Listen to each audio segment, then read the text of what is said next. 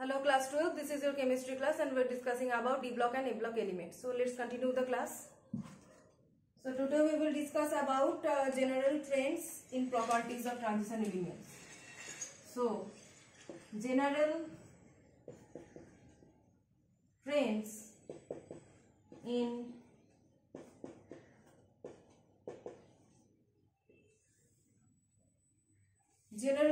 in properties. Okay. So first one is the property that is metallic character. So except mercury, all other transition elements exhibit characteristics metallic properties. And main thing is that melting and boiling points. Okay. So without zinc, cadmium and mercury, all other metals have high melting and all other transition metals have high melting and boiling points. So the high melting and boiling points of these elements are due to strong metallic bonds between the atoms of this element. So if we consider melting point and boiling point, so except zinc, cadmium, mercury, all other transition metals have high melting point and boiling point. So why this melting point and boiling point is high? Due to strong metallic bonds. Due to all other metals have high melting point and boiling point due to the strong metallic bonds. Okay. So transition elements are able to form strong metallic bonds because there are many unpaired electrons in the d orbital. So strength of this metallic bond increases as the number of unpaired electrons in the valence shell. That means Nd and 4s. These are the valence shell. Nd and Ns. These are the valence shell. So in that valence shell, when the number of unpaired electrons increases, the strength of this metallic bond also increases. And they will show strong metallic bonding, so they have high melting and boiling point. Okay.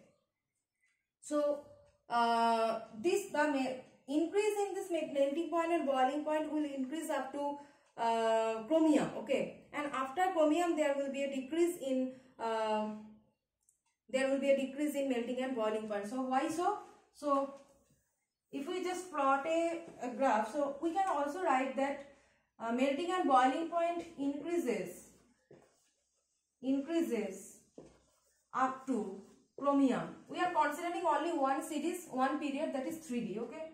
So 3D series we are just considering to predict the general trends. Trends we will consider by only one series, either 3D, 4D or 5D. So increase up to chromium 3D. Now we have just seen what is the electronic configuration of chromium. It is not 3d4 4s2, it is 3d5 4s1. Okay, not 3d4 4s2 to attain the stability. So the melting point increases up to chromium, and after chromium, what's happening there? After chromium decreases. Okay, after chromium decreases. So why melting point and boiling point decreases after chromium? After chromium, which metal is there? After chromium there is iron, then cobalt, then nickel. After chromium there is also manganese. Okay. So after chromium there is manganese, iron, cobalt, nickel, copper and zinc. Right. So in manganese, after chromium it will be 3d5 4s2 and iron will be 3d6 4s2. Right. So after chromium it will be, the general trend was 3d4 4s2, so it will be 3d5 4s2 and 3d6 4s2, like this. So you can see that pairing is happening. Okay, pairing is happening after chromium. Okay, what means pairing? In case of iron you can see that this is 3d6 though. So 1 2 3 4 5 and up, then 6. Then you go to nickel, it will be 3d7 4s2.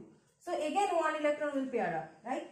That means after chromium, pairing of electrons in the d orbital is happening, and that's why, and also pairing of electron in manganese, where in 4s orbital. See, in chromium there is 3d5 4s1.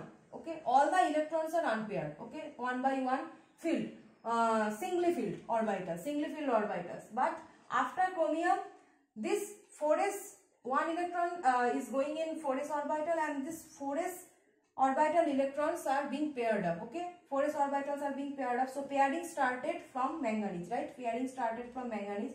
Then pairing started in d orbital 3d6 4s2, and then going on 3d7 4s2, like this. So after chromium, pairing started, pairing of electrons started. So as the pairing of electrons started, number of unpaired electrons will decrease, and as a result the strength of metallic bond will decrease, and their melting point and boiling point will also decrease. So this is the overall explanation in the trend of melting point and boiling point of transition elements. So why their melting point and boiling point is high? Because in the valence shell there contains unpaired electrons, and they are able to form strong metallic bonds, and this is the trend. And depending upon the number of electrons in the valence shell, this is the trend. So up to chromium, number of increases due to the singly filled orbitals, maximum number of unpaired electrons. After chromium, pairing started, and number of electrons, unpaired electrons, decreases. So melting point and boiling point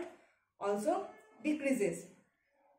So this is the trend, and this thing also happened in case of enthalpies of atomization.